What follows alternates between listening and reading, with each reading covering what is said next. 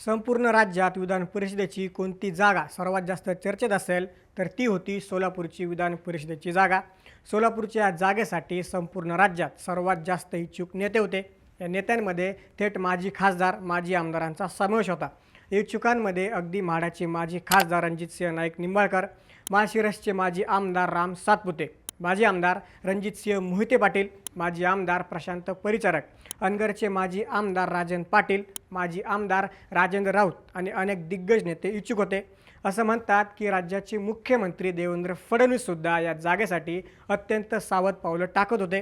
कारण इच्छुकांमध्ये दिग्गज नेत्यांचा समावेश असल्यानं नक्की कोणत्या नेत्याला उमेदवारी द्यायची याबाबत स्वतः फडणवीससुद्धा बुचकळ्यात पडले होते.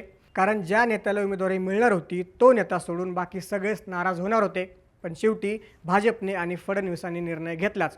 सोलापूरची उमेदवारी बार्शीचे माजी आमदार राजेंद्र राऊत यांना मिळाली. सगळ्या दिग्गजांचा पत्ता कट करून राजेंद्र राऊतांनी विधान परिषदेची उमेदवारी मिळवली. राजेंद्र राऊत हे बार्शीचे माजी आमदार राहिलेले आहेत आणि बार्शी तालुक्यात त्यांचं मोठं वजन आहे. 2019ला दिलीप सोपल यांचा विधानसभेत पराभव केला होता. पण मागच्या 2024च्या विधानसभेत त्यांचा पुन्हा पराभव झाला. पण 2024च्या विधानसभेत पराभव झाल्यापासून राजेंद्र राऊत एका वेगळ्याच अवतारात दिसून आले.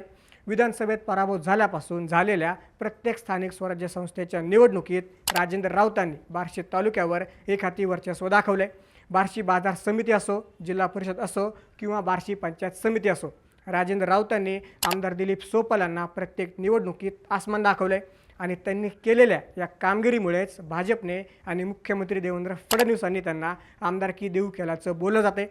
नक्की कशी खिचून आणली राजेंद्र राऊतांनी विधान परिषद?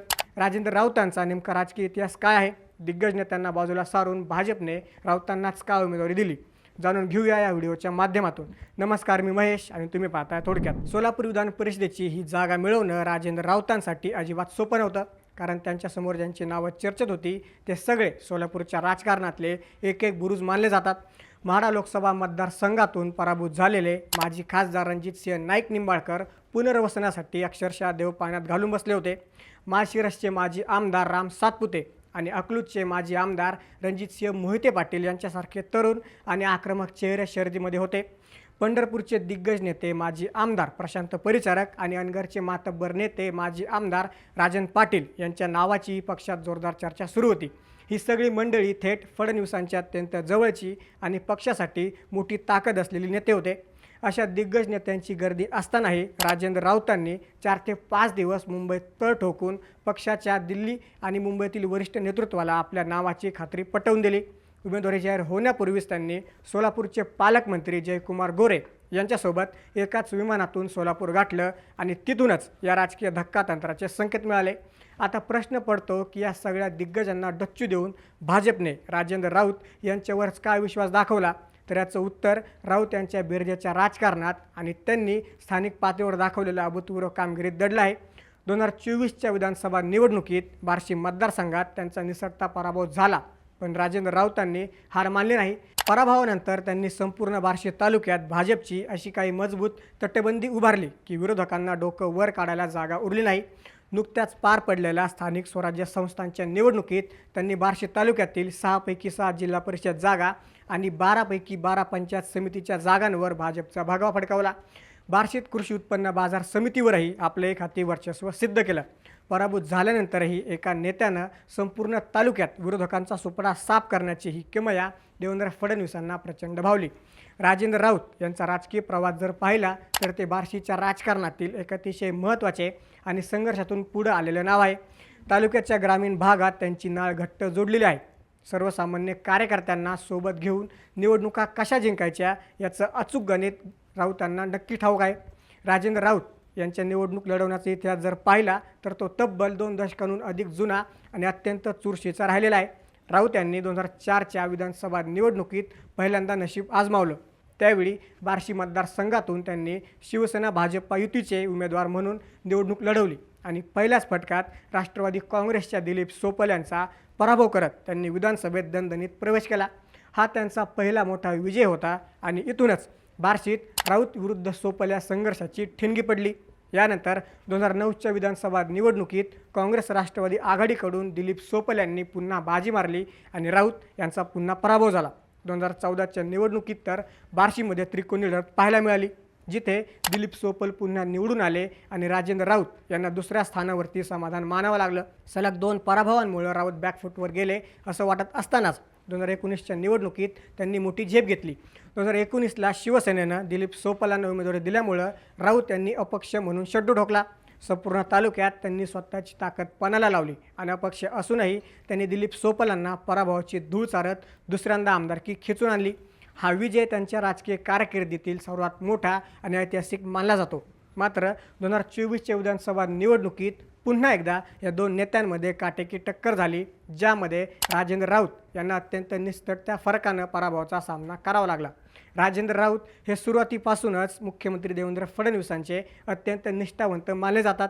त्यांनी बार्शीतील सहकार क्षेत्र असो, बँकिंग असो किंवा स्थानिक सहकारी संस्था असो, प्रत्येक ठिकाणी आपली ताकद वाढवून ठेवली आहे. हीच ताकद आता सोलापूर स्थानिक स्वराज्य संस्था मतदारसंघाच्या निवडणुकीत भाजपच्या कामी येणार आहे. या संपूर्ण संघर्षाच्या केंद्रस्थानी असलेले पारंपरिक विरोधक म्हणजेच आमदार दिलीप सोपल यांचा राजकीय इतिहासही तितकाच रंजक राहिलेला आहे. दिलीप सोपल हे पुलतच्या काळापासून शरद पवारांचे अत्यंत विश्वासू सहकारी आणि राज्याचे माजी मंत्री राहिले आहेत. बार्शी मतदारसंघावर त्यांनी अनेक दशकं एक हाती सत्ता होती. राजकीय चातुर्याने सोपलांनी अनेक निवडणुका गाजवल्या आहेत. 2019च्या निवडणुकीपूर्वी त्यांनी शरद पवारांची साथ सोडत शिवसेनेत प्रवेश केला होता, पण त्या निवडणुकीत अपक्ष असलेल्या राजेंद्र राऊतांनी त्यांना धूळ चारली. 2024च्या विधानसभा निवडणुकीत सोपलांनी पुन्हा एकदा कमबॅक करत राऊतांचा पराभव केला. आता या विधान परिषद निवडणुकीच्या आकडेवारीवर जर नजर टाकली तर राजेंद्र राऊत यांचं पारडं किती जड आहे हे स्पष्ट होतं. सोलापूर स्थानिक स्वराज्य संस्था मतदारसंघात एकूण 616 मतदार आहेत. यामध्ये महायुतीचं पक्षीय बलाबल पाहिलं तर एकट्या भाजपकडे 307 मतं आहेत, शिवसेनेकडे 76 आणि राष्ट्रवादी काँग्रेसकडे 51 मतं आहेत. म्हणजेच महायुतीची एकूण अधिकृत मतं 434 होतात, जी विजयासाठी आवश्यक असलेल्या जादुई आकड्यापेक्षा खूप जास्त आहेत. दुसरीकडे महाविकास आघाडीचं गणित पाहिलं तर ठाकरे गटाकडे 31, काँग्रेसकडे 18 आणि शरद पवार गटाकडे 29 मतं आहेत. म्हणजेच त्यांची एकूण मतं फक्त 78 होतात. याशिवाय MIMची 9 मतं, विविध स्थानिक आघाड्यांची आणि अपक्षांची मिळून मोठी मतसंख्या आहे.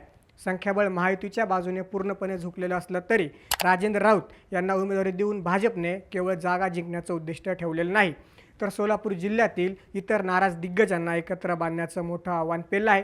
राजेंद्र राऊत यांचा उमेदवारी अर्ज भरण्यासाठी पालकमंत्री जयकुमार गोरे, माजी आमदार राम सातपुते, राजेंद्र पाटील, संजय मामा शिंदे, शहाजी बापू पाटील आणि समाधान आवताडे यांच्यासारखे जिल्ह्यातील सर्व आजी माजी आमदार एकाच मंचावर उपस्थित होते. यावरून भाजपने या निवडणुकीत मोठी राजकीय बेरीज केल्याचं दिसून येत आहे.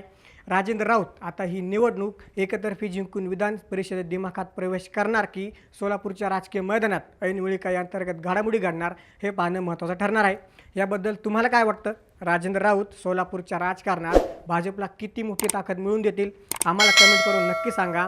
अशाच राजकीय घडामोडी जाणून घेण्यासाठी थोडक्यातलं नक्की सबस्क्राईब करा.